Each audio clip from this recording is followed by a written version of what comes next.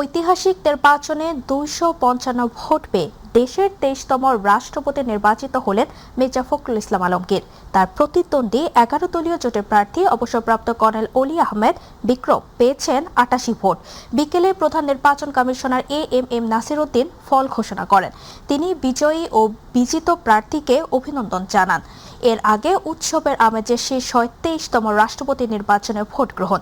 দুপুর 2টায় জাতীয় সংসদে অনুষ্ঠিত নির্বাচনে প্রথমে ভোট প্রদান করেন অস্থায়ী রাষ্ট্রপতি হাফিজ উদ্দিন আহমেদ। এরপর প্রধানমন্ত্রী তারেক রহমান, ভারপ্রাপ্ত স্পিকার ব্যারিস্টার কায়সার কামাল, বিরোধী দলীয় নেতা ডা শফিকুর রহমান ভোট প্রদান করেন। বিকেল 5টায় শেষ হয় ভোট গ্রহণ। 349 জন সংসদ সদস্যের ভোটে নির্বাচিত হলেন নতুন রাষ্ট্রপতি। ভোট গ্রহণ ও গণনা শেষে আজই নতুন রাষ্ট্রপতির গেজেট প্রকাশ করবে নির্বাচন কমিশন। শুক্রবার সন্ধ্যা 7টায় বঙ্গভবনে নতুন রাষ্ট্রপতির শপথ অনুষ্ঠিত হবে। দীর্ঘ 35 বছর পর ভোটের মাধ্যমে নতুন রাষ্ট্রপতি নির্বাচিত হতে যাচ্ছেন। সর্বশেষ 1991 সালে রাষ্ট্রপতি নির্বাচনে ভোটাভুটি হয়েছিল। রাষ্ট্রপতি নির্বাচনে ভোট প্রদানের আগে গণমাধ্যমের সাথে কথা বলেন ক্ষমতাসীন ও বিরোধী দলের নেতারা। তারা এই নির্বাচনকে ঐতিহাসিক হিসেবে উল্লেখ করেন। এছাড়া ভবিষ্যতে 70 অনুচ্ছেদ সংশোধনের বিষয়েও কথা বলেন তারা।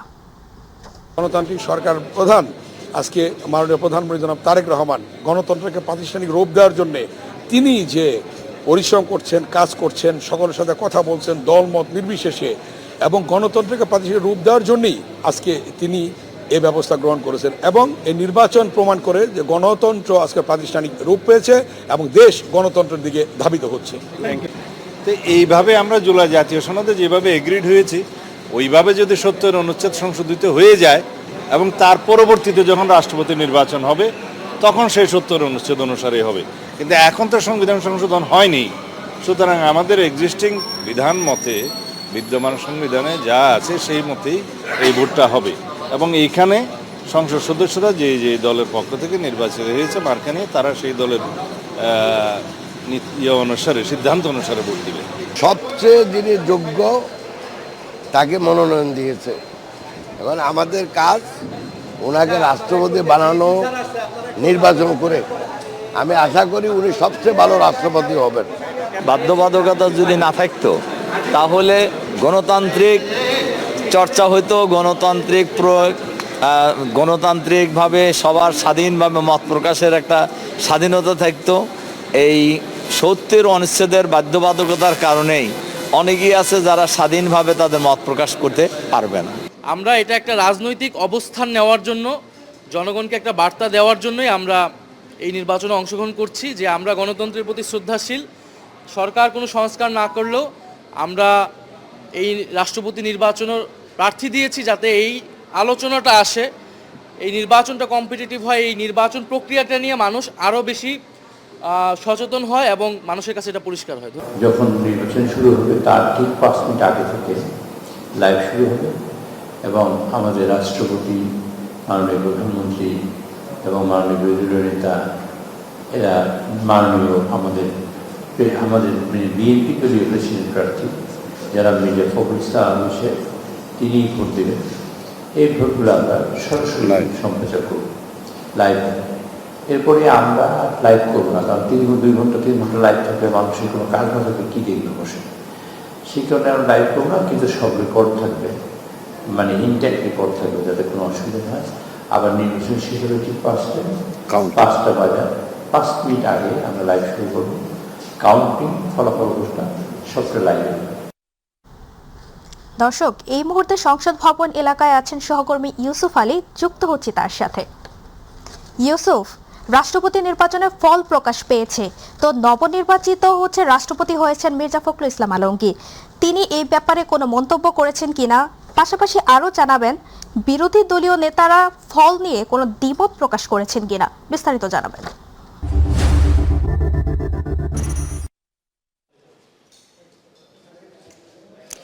তাবাসসুম, আপনাকে ধন্যবাদ জাতীয় সংসদ ভবন থেকে আমাকে বিকেলের সংবাদে যুক্ত করার জন্য। আপনি জানেন যে কিছুক্ষণ আগে রাষ্ট্রপতি নির্বাচনের ফলাফল ঘোষণা করা হয়েছে। 255 ভোট পেয়ে বিএনপি মহাসচিব মির্জা ফখরুল ইসলাম আলমগীর দেশের 23তম রাষ্ট্রপতি নির্বাচিত হয়েছেন এবং তার যে একমাত্র প্রতিদ্বন্দ্বী ছিলেন কর্নেল অবসরপ্রাপ্ত অলি আহমদ, তিনি 88 ভোট পেয়ে প্রতিদ্বন্দ্বিতা করেছেন এবং কর্নেল অলি আহমদকে পরাজিত করে মির্জা ফখরুল ইসলাম আলমগীর 23তম রাষ্ট্রপতি নির্বাচিত হয়েছেন। কিছুক্ষণের মধ্যেই এই ফলাফল ঘোষণা করেছেন নির্বাচন কমিশনার জাতীয় সংসদ ভবনের ভেতরে, কিন্তু মিডিয়া সেন্টারে কিছুক্ষণের মধ্যেই সংবাদ সম্মেলন করে সমাপনী বক্তব্য দেওয়া হবে এবং সেই সময় মিডিয়া সেন্টারে বক্তব্য রাখবেন সরকার দলীয় চিফ হুইপ নুরুল ইসলাম মনি। ব্রিফিংয়ের প্রস্তুতি চলছে, কিছুক্ষণের মধ্যেই হয়তো ব্রিফিং করা হবে এবং নির্বাচনের যাবতীয় বিষয় নিয়ে তিনি সাংবাদিকদের সঙ্গে কথা বলবেন। সাংবাদিকদের সঙ্গে কথা বলার পর আবার আমরা চেষ্টা করব যে আসলে ভেতরে জাতীয় সংসদ ভবনের ভেতরে নির্বাচনের প্রস্তুতি নিয়ে বা নির্বাচন সম্পন্ন করা নিয়ে কি কি ঘটনা ঘটেছে, যদিও সেটি গণমাধ্যমে লাইভ দেখানো হয়েছে, কিন্তু সরকার দলীয় পক্ষ থেকে এটি সংবাদ সম্মেলন করে জানানো হবে যে নির্বাচনের শুরুর প্রক্রিয়া থেকে শেষ পর্যন্ত আসলে কোন প্রক্রিয়া নির্বাচনটি হয়েছে এবং বিএনপি মহাসচিব মির্জা ফখরুল ইসলাম আলমগীর কীভাবে নির্বাচিত হলেন সবশেষ তথ্য আমাদেরকে জানানো হবে। সংবাদ সম্মেলন করা হলে আমরা আবার পরবর্তীতে কি তথ্য জানানো হলো সেটি আবার আপনার মাধ্যমে মাইটিভির দর্শকদেরকে জানিয়ে দেওয়ার চেষ্টা করব। তাবাসসুম, সংসদ ভবনের মিডিয়া সেন্টার থেকে রাষ্ট্রপতি নির্বাচনের এই ছিল তথ্য আমার কাছে। তাবাসসুম। ইউসুফ, আপনাকে ধন্যবাদ। দর্শক, সংসদ ভবন এলাকা থেকে রাষ্ট্রপতি নির্বাচনের বিষয়ে সবশেষ তথ্য জানাচ্ছিলেন আমাদের সহকর্মী ইউসুফ আলী। বঙ্গভবন থেকে বিদায় নিয়েছেন অস্থায়ী রাষ্ট্রপতি অবসরপ্রাপ্ত মেজর হাফিজ উদ্দিন আহমদ বিক্রম। বৃহস্পতিবার দুপুর 1:25 তিনি বঙ্গভবন ত্যাগ করেন। এ সময় বঙ্গভবনের কর্মকর্তা কর্মচারীরা তাকে ফুল দিয়ে বিদায় জানান। বিদায় অনুষ্ঠানের শুরুতে সশস্ত্র বাহিনীর একটি চৌকস দল তাকে গার্ড অফ অনার দেয়। বঙ্গভবনে আয়োজিত বিদায় অনুষ্ঠানে 3 বাহিনীর প্রধান, রাষ্ট্রপতির সামরিক ও বেসামরিক সচিব সহ ঊর্ধ্বতন সরকারি কর্মকর্তারা উপস্থিত ছিলেন। বিদায় নেওয়ার আগে হাফিজ উদ্দিন আহমদ দেশের শান্তি, অগ্রগতি ও সরকারের সাফল্য কামনা করেন। পরে নির্ধারিত প্রটোকল অনুযায়ী গাড়ি বহর নিয়ে বঙ্গভবন এলাকা ত্যাগ করেন। এর আগে গত 24 জুলাই সাবেক রাষ্ট্রপতি মোহাম্মদ শাহাবুদ্দিন স্বাস্থ্যগত কারণ দেখিয়ে পদত্যাগ করেন। এরপর সংবিধানের 54 অনুচ্ছেদ অনুযায়ী জাতীয় সংসদের স্পিকার হাফিজ উদ্দিন আহমদ অস্থায়ী রাষ্ট্রপতির দায়িত্ব গ্রহণ করেন। মৃত স্বামী ব্যারিস্টার তৌফিক নেওয়াজকে শেষবারের মতো দেখতে 12 ঘন্টার প্যারোলে মুক্তি পেয়েছেন সাবেক শিক্ষামন্ত্রী ডক্টর দীপুমণি। আজ সকাল 6:15 মুন্সিগঞ্জ জেলা কারাগার থেকে কঠোর নিরাপত্তায় ঢাকার উদ্দেশ্যে রওনা হয়ে সকাল 9:15টার দিকে কলাবাগানের বাসায় পৌঁছান তিনি। সেখানে স্বামীর মরদেহ দেখে অশ্রুসিক্ত হয়ে পড়েন দীপুমণি। পরে তৌফিক নেওয়াজের মরদেহ গুলশান আজাদ মসজিদে নেওয়া হবে। জানাজা শেষে বনানী কবরস্থানে তাকে দাফন করা হবে। মঙ্গলবার রাতে 76 বছর বয়সী মারা যান ব্যারিস্টার তৌফিক নেওয়াজ। দীর্ঘদিন ধরে তিনি কিডনি ও লিভারের জটিলতায় ভুগছিলেন। ঝালকাঠিতে প্রাথমিক শিক্ষার মানোন্নয়ন বিষয়ক সেমিনার ও কৃতি শিক্ষার্থীদের সংবর্ধনা অনুষ্ঠিত হয়েছে। বৃহস্পতিবার জেলা শিল্পকলা একাডেমিতে আয়োজিত অনুষ্ঠানে শিক্ষার্থীদের বইকে পরম বন্ধু বানিয়ে বড় স্বপ্ন দেখার আহ্বান জানান প্রধানমন্ত্রীর স্বাস্থ্য বিষয়ক বিশেষ সহকারী ডক্টর এস.এম. জিয়াউদ্দিন হায়দার। তিনি বলেন, ব্যর্থতাকে ভয় না পেয়ে কঠোর পরিশ্রম করতে হবে এবং প্রকৃতি ও বিজ্ঞান সম্পর্কে জানার আগ্রহ তৈরি করতে হবে। পরে প্রাথমিক বৃত্তি পরীক্ষা 2025-এ ট্যালেন্ট পুলে বৃত্তিপ্রাপ্ত শিক্ষার্থীদের সংবর্ধনা দেওয়া হয়। অনুষ্ঠানে সভাপতিত্ব করেন জেলা প্রশাসক মোহাম্মদ মবিন উদ্দিন। এ সময় আর উপস্থিত ছিলেন জেলা পরিষদ প্রশাসক অ্যাডভোকেট মোহাম্মদ সাহাদাত হোসেন, অতিরিক্ত পুলিশ সুপার এস.এম. বায়াজিদ ইবনে আকবর সহ সংশ্লিষ্টরা। বড় স্বপ্ন, কঠোর পরিশ্রম এবং কখনো হাল ছেড়ে না দেওয়ার যে মানসিকতা, এই মানসিকতা দরকার। হবিগঞ্জ মেডিকেল কলেজের হোস্টেলে সিনিয়র জুনিয়র ও অভ্যন্তরীণ দ্বন্দ্বকে কেন্দ্র করে দুদল শিক্ষার্থীর মধ্যে সংঘর্ষে অন্তত 15 জন আহত হয়েছে। বুধবার দিবাগত রাতে শহরের অনন্তপুর এলাকায় হোস্টেলে লোহার রড ও স্ট্যাম্প সহ দেশীয় অস্ত্র নিয়ে এই সংঘর্ষ হয়। আহতদের হবিগঞ্জ জেলা সদর হাসপাতালে চিকিৎসা দেওয়া হচ্ছে। গুরুতর 3 জনকে সিলেট এম.এ.জি. ওসমানী মেডিকেল কলেজ হাসপাতালে পাঠানো হয়েছে। এ বিষয়ে হবিগঞ্জ সদর মডেল থানার ওসি জাহিদুল হক জানান, খবর পেয়ে পুলিশ ঘটনাস্থল পরিদর্শন করছে। হবিগঞ্জ সদর আধুনিক হাসপাতালের ডক্টর রেজাউল করিম বলেন, আহতদের হাসপাতালে চিকিৎসা দেওয়া হচ্ছে। এর মধ্যে 3 জনকে উন্নত চিকিৎসার জন্য সিলেটে পাঠানো হয়েছে। জামালপুরের আলোচিত চাচা ভাতিজা হত্যা মামলায় 7 আসামিকে মৃত্যুদণ্ড ও 7 জনকে যাবজ্জীবন কারাদণ্ড দিয়েছেন আদালত। দুপুরে অতিরিক্ত জেলা ও দায়রা জজ মোহাম্মদ নেজামউদ্দিন এর রায় ঘোষণা করেন। মামলার বিবরণ অনুযায়ী 2016 সালে মাদারগঞ্জে ইউনিয়ন পরিষদ নির্বাচনকে কেন্দ্র করে বিরোধের জেরে মহর আলী ও তার ভাতিজা স্বপন মিয়াকে ডেকে নিয়ে ধারালো অস্ত্র দিয়ে হত্যা করা হয়। পরে তাদের মরদেহ পাটক্ষেত থেকে উদ্ধার করা হয়। এই ঘটনায় 22 জনকে আসামি করে মামলা হলেও তদন্ত শেষে 14 জনের বিরুদ্ধে অভিযোগপত্র দেওয়া হয়। আদালত 18 জনের সাক্ষ্য গ্রহণ শেষে 7 জনকে মৃত্যুদণ্ড ও প্রত্যেককে 50,000 টাকা জরিমানা এবং 7 জনকে যাবজ্জীবন কারাদণ্ড ও 20,000 টাকা জরিমানা করেন। রায়ে সন্তোষ প্রকাশ করেছে বাদীপক্ষ।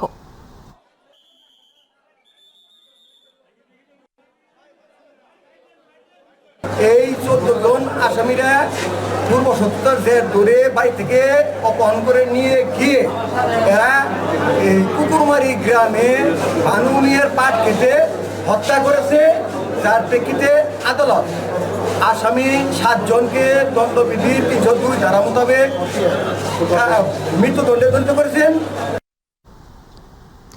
নারায়ণগঞ্জের সোনারগাঁওয়ে 46,000 পিস ইয়াবা উদ্ধারের মামলায় 3 আসামিকে যাবজ্জীবন কারাদণ্ড দিয়েছেন আদালত। বৃহস্পতিবার নারায়ণগঞ্জ জেলা ও দায়রা জজ আদালতের বিচারক মোহাম্মদ আবু শামীম আজাদ এর রায় ঘোষণা করেন। রায়ে প্রত্যেকে 50,000 টাকা জরিমানা, অনাদায়ে আরও 2 বছরের সশ্রম কারাদণ্ড দেওয়া হয়েছে। 2023 সালের 15 ডিসেম্বর ঢাকা চট্টগ্রাম মহাসড়কের ছোট্ট সাদিপুর এলাকায় একটি বাসের তল্লাশি চালিয়ে ইয়াবাগুলো উদ্ধার করে পুলিশ, যার আনুমানিক বাজার মূল্য ছিল 1,38,00,000 টাকা। দণ্ডপ্রাপ্ত 3 জন হলেন শরীফুল ইসলাম ওরফে শরীফ, হৃদয় মিয়া ওরফে মাইনুদ্দিন এবং সাইফুল ইসলাম। তাদের মধ্যে শরীফুল ইসলাম পলাতক রয়েছেন। চাঁপাইনবাবগঞ্জে 2 শ্রমিক সংগঠনের দ্বন্দ্বে প্রায় 8 ঘন্টা বন্ধ থাকার পর বাস চলাচল স্বাভাবিক হয়েছে। সড়কে টাকা তোলাকে কেন্দ্র করে বৃহস্পতিবার সকাল থেকে জেলার প্রধান বাস স্ট্যান্ড ও কাউন্টারগুলোতে বাস চলাচল বন্ধ ছিল। এতে চরম দুর্ভোগে পড়েন যাত্রীরা। পরে শ্রমিক সংগঠনগুলোর মধ্যে সমঝোতার পর দুপুর 3টার দিকে বাস চলাচল পুনরায় শুরু হয়।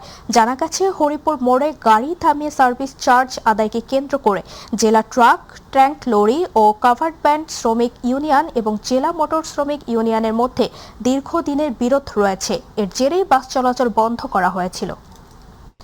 তীব্র গরমের কারণে অসহনীয় লোডশেডিং ও বিদ্যুতের দাবিতে ময়মনসিংহের ঈশ্বরগঞ্জে পিডিপি অফিসে হামলা ও ভাঙচুর চালিয়েছে ক্ষুব্ধ গ্রাহকরা। আজ সকালে পৌর শহরের শিমরাইল গ্রামের প্রায় 200 থেকে 250 জন প্রতিবাদী জনতা সংঘবদ্ধ হয়ে পিডিপি আবাসিক প্রকৌশলী কার্যালয়ে হামলা ও ভাঙচুর চালায়। এ সময় বিক্ষুব্ধ লোকজন পিডিপির উপসহকারীকে লাঞ্ছিত করার অভিযোগ ওঠে। খবর পেয়ে ঈশ্বরগঞ্জ থানার পুলিশ ঘটনাস্থলে গিয়ে প্রায় আধা ঘন্টার চেষ্টায় বিক্ষুব্ধ লোকজনকে সরিয়ে পরিস্থিতি নিয়ন্ত্রণে আনে। 1 সপ্তাহ ধরে বিদ্যুৎ না থাকায় পানি সংকট, খাবার সংরক্ষণের সমস্যা, প্রচণ্ড গরমে শিশু বয়স্কদের দুর্ভোগ এবং শিক্ষার্থীদের পড়াশোনায় ব্যাঘাত ঘটছে বলে জানান তারা। স্থানীয় ব্যবসায়ীরাও ক্ষতির মুখে পড়েছেন। গাজীপুরের কালিয়াকৈরে চলমান গ্যাস ও বিদ্যুৎ সংকটে শ্রমিকদের মনোবল ধরে রাখতে মালিক পক্ষের উদ্যোগে মতবিনিময় সভা ও মধ্যাহ্ন ভোজের আয়োজন করা হয়েছে। দুপুরে উপজেলার নিশ্চিন্তপুর এলাকায় একটি কারখানায় এই আয়োজন করেন প্রতিষ্ঠানের ব্যবস্থাপনা পরিচালক ইঞ্জিনিয়ার তৌহিদুর রহমান। মতবিনিময় সভায় কর্মকর্তারা বলেন, গ্যাস ও বিদ্যুৎ সংকটের কারণে উৎপাদন ব্যাহত হলেও সংকট মোকাবেলায় মানসম্মত উৎপাদন ও সময় মতো শিপমেন্ট নিশ্চিত করতে হবে। এক্ষেত্রে শ্রমিকদের ভূমিকা সবচেয়ে গুরুত্বপূর্ণ। তারা আরও বলেন, শ্রমিক মালিকের পারস্পরিক সহযোগিতা ও সমন্বয়ের মাধ্যমে চলমান সংকট মোকাবেলা করে কারখানার উৎপাদন স্বাভাবিক রাখার চেষ্টা করা হচ্ছে। পরে শ্রমিকদের সঙ্গে মধ্যাহ্ন ভোজে অংশ নেয় কারখানার কর্মকর্তারা। ভারতের পশ্চিমবঙ্গের কলকাতায় একটি হোটেলে ভয়াবহ অগ্নিকাণ্ডে নিহত 7 বাংলাদেশির মধ্যে 2 জন সাতক্ষীরার কালীগঞ্জ উপজেলার বহেরা গ্রামের বাসিন্দা আলিমুজ্জামান সাজু এবং তারালি গ্রামের রেপ্তি সরকার। তাদের মৃত্যুর খবর ছড়িয়ে পড়ার পর থেকে এলাকায় চলছে শোকের মাতম। স্বজনদের আহাজারিতে ভারী হয়ে উঠেছে পরিবেশ। নিহতদের মরদেহ দ্রুত দেশে ফিরিয়ে আনার দাবি জানিয়েছেন পরিবারের সদস্যরা। সাতক্ষীরা প্রতিনিধি ফয়জুল হক বাবুর তথ্যচিত্রে আরও জানাচ্ছেন শবনম অবনী। পশ্চিমবঙ্গের কলকাতার একটি হোটেলে ভয়াবহ অগ্নিকাণ্ডে নিহতদের মধ্যে দুজন সাতক্ষীরার কালীগঞ্জ উপজেলার বাসিন্দা। নিহতরা হলেন আলিমুজ্জামান সাজু ও রেবতী সরকার। স্বজনরা জানান, অসুস্থতার কারণে চিকিৎসকের পরামর্শ নিতে ভারতে গিয়েছিলেন তারা। বুধবারই তাদের দেশে ফেরার কথা থাকলেও আর ফেরা হয়নি। যে একটা মানুষে গেল ডাক্তার দেখাতে, অল্প বয়স, তার দুটো ছেলে মেয়ে আছে। উনি কিন্তু 3 মাস আগে একটা ছেলে একটা মেয়ে রেখে আইছিল, কিন্তু তারপরে উনি আবার বাড়ি এসে আবার ডাক্তার দেখাবে, উনি ছেলেগুলিও নিয়ে আসবে বলে এখান থেকে 11 দিন আগে চলে গেছে।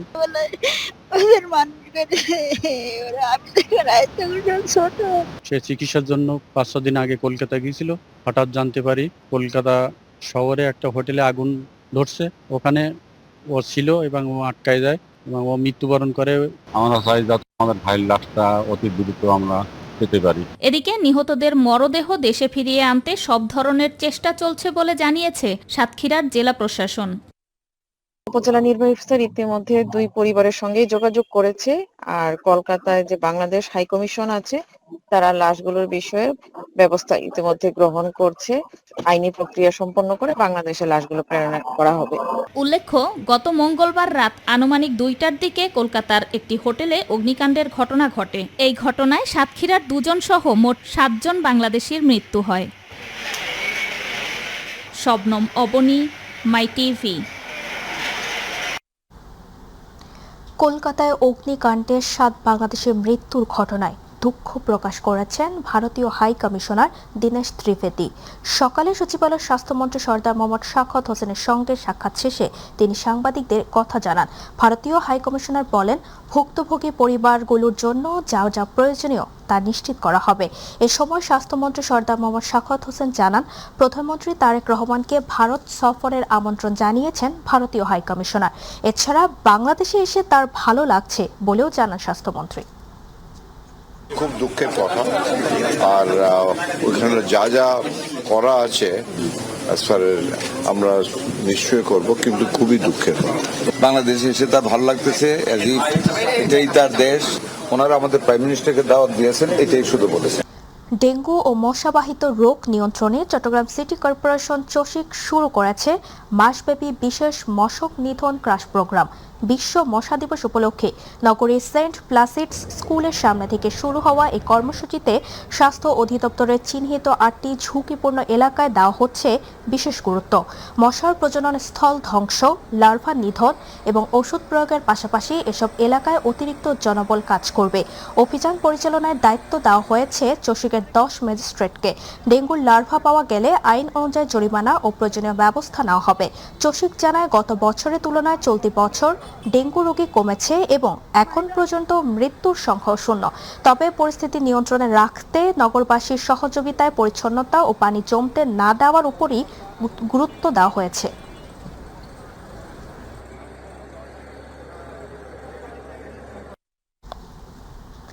বিশ্ব মশা দিবস উপলক্ষে মশক নিধন অভিযান চালিয়েছে ময়মনসিংহ সিটি কর্পোরেশন। আজ দুপুরে নগরীর জিলা স্কুল রোড সহ বিভিন্ন এলাকায় ফগার মেশিন দ্বারা মশার ওষুধ এবং ওয়েল বল প্রয়োগ করে মশার লার্ভা নিধন কার্যক্রম পরিচালনা করা হয়। সিটি প্রশাসক রকুনুজ্জামান রোকন উপস্থিত থেকে কার্যক্রম তদারকি করেন। এ সময় সিটি কর্পোরেশনের প্রধান নির্বাহী কর্মকর্তা সুমনা আল মজিদ, প্রধান প্রকৌশলী রফিকুল ইসলাম মিয়া, প্রধান স্বাস্থ্য কর্মকর্তা ডাক্তার HK দেবনাথ সহ অন্যান্য কর্মকর্তা ও কর্মচারীরা উপস্থিত ছিলেন। সিটি প্রশাসক ডেঙ্গু সহ মশাবাহিত সকল রোগ প্রতিরোধে নিজ নিজ আঙ্গিনা পরিষ্কার রাখা সহ সচেতন থাকার জন্য নগরবাসীকে অনুরোধ জানান। পার্বত্য চট্টগ্রামের সশস্ত্র গোষ্ঠীগুলোর চাঁদাবাজি, ভয়ভীতি ও সন্ত্রাসী কর্মকাণ্ড বন্ধের দাবিতে বান্দরবানে মানববন্ধন অনুষ্ঠিত হয়েছে। সকালে বান্দরবান প্রেস ক্লাব চত্বরে পার্বত্য চট্টগ্রাম নাগরিক পরিষদ ও সহযোগী সংগঠনের উদ্যোগে এই কর্মসূচি হয়। অনুষ্ঠানে বক্তারা পাহাড়ের শান্তি ও স্থিতিশীলতা বজায় রাখতে সন্ত্রাসী কর্মকাণ্ড বন্ধ এবং সাধারণ মানুষের জানমালের নিরাপত্তা নিশ্চিত করতে কার্যকর পদক্ষেপ নেওয়ার দাবি জানান। বান্দরবান জেলা পার্বত্য চট্টগ্রাম নাগরিক পরিষদের সভাপতি মাওলানা আব্দুল কালাম আজাদের সভাপতিত্বে মানববন্ধনে প্রধান অতিথি হিসেবে উপস্থিত ছিলেন পার্বত্য চট্টগ্রাম নাগরিক পরিষদের চেয়ারম্যান কাজী মোহাম্মদ মুজিবুর রহমান। আরও উপস্থিত ছিলেন জেলা পার্বত্য চট্টগ্রাম নাগরিক পরিষদের সহ সভাপতি মাওলানা মোহাম্মদ নুরুল আলম, সাধারণ সম্পাদক মোহাম্মদ নাসির উদ্দিন, পার্বত্য চট্টগ্রাম ছাত্র পরিষদের সভাপতি আসিফ ইকবাল সহ ছাত্র পরিষদ ও যুব পরিষদের বিভিন্ন পর্যায়ের নেতাকর্মীরা। গাজীপুরের ঐতিহাসিক ভাওয়াল রাজবাড়ী মাঠে দীর্ঘমেয়াদী মেলা আয়োজন বন্ধ করে মাঠটি খেলাধুলা ও জনসাধারণের জন্য উন্মুক্ত রাখার দাবিতে মানববন্ধন ও প্রতিবাদ সমাবেশ হয়েছে। সকালে আয়োজিত কর্মসূচিতে বক্তারা বলেন, রাজবাড়ী মাঠ গাজীপুরের ইতিহাস ও ঐতিহ্যের সঙ্গে জড়িত। দীর্ঘদিন মেলার অবকাঠামো দিয়ে মাঠ দখল করে রাখলে শিশু কিশোরদের খেলাধুলা, সামাজিক অনুষ্ঠান ও জানাজার মতো জরুরি কাজে মাঠ ব্যবহারের সুযোগ সংকুচিত হবে। মেলার নামে হাউজি, জুয়া ও লটারি আয়োজন বন্ধেরও দাবি জানান তারা। পরে গাজীপুরের জেলা প্রশাসক মোহাম্মদ নুরুল করিম ভূঁইয়ার কাছে স্মারকলিপি দেওয়া হয়। বরগুনার তালতলিতে বিদেশি পিস্তল, ম্যাগাজিন ও 4 রাউন্ড গুলিসহ 5 জনকে আটক করেছে পুলিশ। বুধবার উপজেলার গাবতলী গ্রামে একটি বাসায় গোয়েন্দা তথ্যের ভিত্তিতে অভিযান চালিয়ে এসব অস্ত্র উদ্ধার করা হয়। পুলিশ জানায়, একটি কক্ষের খাটের তোশকের নিচে শপিং ব্যাগে মোড়ানো অবস্থায় পিস্তল, ম্যাগাজিন ও গুলি পাওয়া যায়। আটক 5 জন হলেন লিমন, অনিক মজুমদার, মোহাম্মদ জামাল, জিহাদ ও হৃদয়। বৃহস্পতিবার পুলিশ লাইন্সে প্রেস ব্রিফিংয়ে পুলিশ সুপার মোহাম্মদ কুদরতি খোদা বলেন, আটক ব্যক্তিদের বিরুদ্ধে পটুয়াখালীতে ডাকাতি ও ধর্ষণ সহ একাধিক মামলা রয়েছে। র্যাপিড অ্যাকশন ব্যাটালিয়ন র্যাবের ফোর্স নিয়ে আসি তালতলিতে।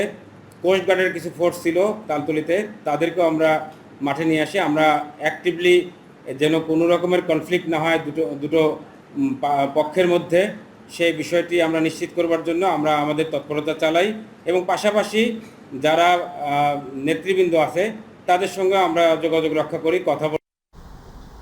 কক্সবাজারের উখিয়া সীমান্তে অভিযান চালিয়ে 20 কোটি 16 লাখ টাকা মূল্যের 6,72,000 পিস ইয়াবা উদ্ধার করেছে বিজিবি। তবে এই ঘটনায় কাউকে আটক করা সম্ভব হয়নি। সকালে উখিয়া ব্যাটালিয়ন 64 বিজিবির অধিনায়ক লেফটেন্যান্ট কর্নেল মোহাম্মদ জহুরুল ইসলাম জানান, মিয়ানমার থেকে ইয়াবার চালান আসার খবরে পালংখালী ইউনিয়নের আঞ্জুমান পাড়া ফাইসাখালী এলাকায় অভিযান চালানো হয়। এ সময় 7 থেকে 8 জনের একটি দল সীমান্ত পেরিয়ে বাংলাদেশে প্রবেশ করলে বিজিবি তাদের থামার সংকেত দেয়। বিজিবির উপস্থিতি টের পেয়ে তারা 5টি বস্তা ফেলে পালিয়ে যায়। পরে বস্তাগুলো থেকে বিপুল পরিমাণ ইয়াবা উদ্ধার করা হয়। মাদক ও চোরাচালান প্রতিরোধে বিজিবির অভিযান অব্যাহত থাকবে বলে জানান তিনি। ব্রাহ্মণবাড়িয়ায় বিশেষ অভিযান চালিয়ে প্রায় 50 লাখ টাকা মূল্যের নিষিদ্ধ রিং জাল জব্দ করেছে উপজেলা মৎস্য দপ্তর।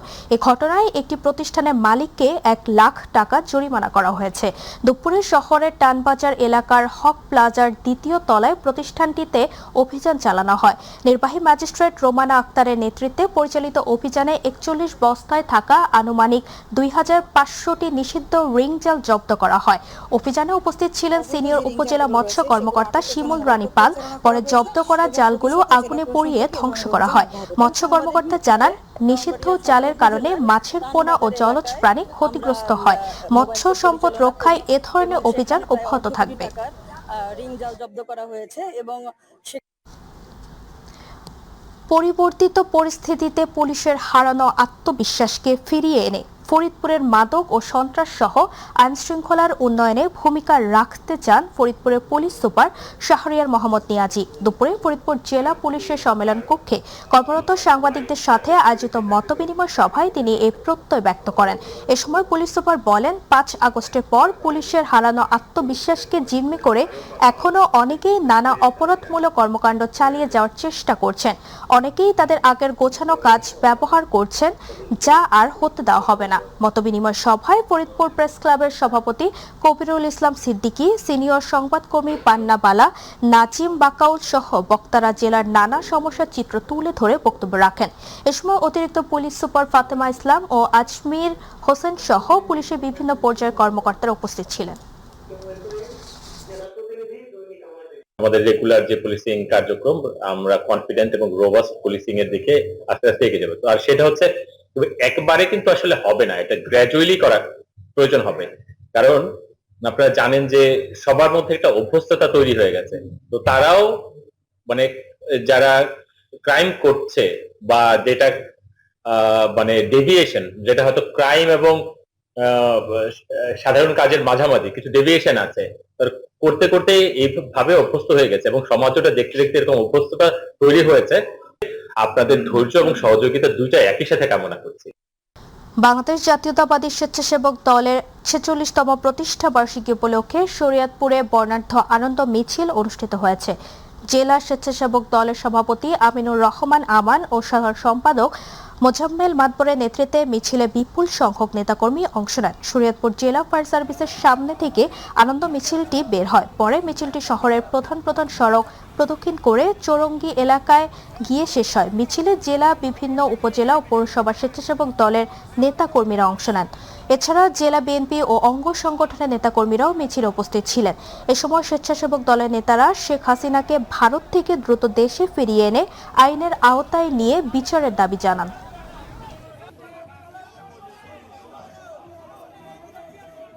ইতিমধ্যে আমরা বিভিন্ন সরকারি বেসরকারি প্রতিষ্ঠানে ময়লা আবর্জনা ফেলার জন্য ডাস্টবিন স্থাপন করেছি। আগামীকালকে আমরা বৃক্ষরোপণ করব এবং আমরা এটা স্বেচ্ছাসেবক দল ধারাবাহিকভাবে প্রধানমন্ত্রী তারেক রহমানের নির্দেশে সবসময় চালিয়ে যাব ইনশাআল্লাহ। রাষ্ট্র হিসাবে দেখতে চাই এবং সেটা আমরা তারেক রহমানের নেতৃত্বেই করব ইনশাআল্লাহ। আমরা আজকে শপথ নিব ওই খুনি হাসিনা, স্বৈরাচারী হাসিনাকে ভারতে সে অবস্থান করছে পালিয়ে, তাকে বাংলাদেশে এনে তাকে ফাঁসির কাস্টডিতে না আনা পর্যন্ত আমরা থেমে থাকবো না। ঢাকার ধামরায়ে উপজেলা প্রশাসনের আয়োজনে মাধ্যমিক ও উচ্চ মাধ্যমিক পর্যায়ের শিক্ষা প্রতিষ্ঠানগুলোর সঙ্গে মতবিনিময় সভা এবং এসএসসি পরীক্ষায় জিপিএ 5 পাওয়া কৃতি শিক্ষার্থীদের সংবর্ধনা অনুষ্ঠিত হয়েছে। বৃহস্পতিবার বেলা 11:30টার দিকে উপজেলা নতুন হল অডিটোরিয়ামে এই অনুষ্ঠানের আয়োজন করা হয়। উপজেলা নির্বাহী কর্মকর্তা মোহাম্মদ আল মামুনের সভাপতিত্বে অনুষ্ঠানের প্রধান অতিথি ছিলেন ঢাকা জেলা প্রশাসক ও জেলা ম্যাজিস্ট্রেট মিস ফরিদা খানম। বিশেষ অতিথি ছিলেন সহকারী কমিশনার ভূমি ফাহিম শাহরিয়া, ধামরাই থানার ওসি মোহাম্মদ নাজমুল হুদা খান সহ বিভিন্ন পর্যায়ের কর্মকর্তা ও রাজনৈতিক নেতৃবৃন্দ। প্রধান অতিথির বক্তব্যে জেলা প্রশাসক ফরিদা খানম বলেন, ঢাকার মধ্যে ধামরায় সবচেয়ে বেশি ইটভাটা রয়েছে। এবছর কোনো অবৈধ ইটভাটা চলতে দেওয়া হবে না। রংপুরের পীরগাছায় মাদক ও কিশোর অপরাধ বিরোধী মতবিনিময় সভা ও চরিত্র গঠনের শপথ অনুষ্ঠিত হয়েছে। রাজবাড়ী উচ্চ বিদ্যালয় মাঠে লাল সবুজ সংগঠনের উদ্যোগে আয়োজিত অনুষ্ঠানে শিক্ষার্থীদের মাদক, কিশোর অপরাধ ও স্মার্টফোনের অপব্যবহার থেকে বিরত থাকার শপথ করানো হয়। প্রধান অতিথি পীরগাছা থানার ওসি মোহাম্মদ সেলিম মালিক শিক্ষার্থীদের উন্নত চরিত্র গঠনের আহ্বান জানান। অনুষ্ঠানে লাল সবুজ উন্নয়ন সংঘের প্রতিষ্ঠাতা কাউসার আলম সোহেল বলেন, সংগঠনটি 15 বছর ধরে দেশের 64 জেলায় শিক্ষার্থীদের সামাজিক সচেতনতা বৃদ্ধিতে কাজ করছে।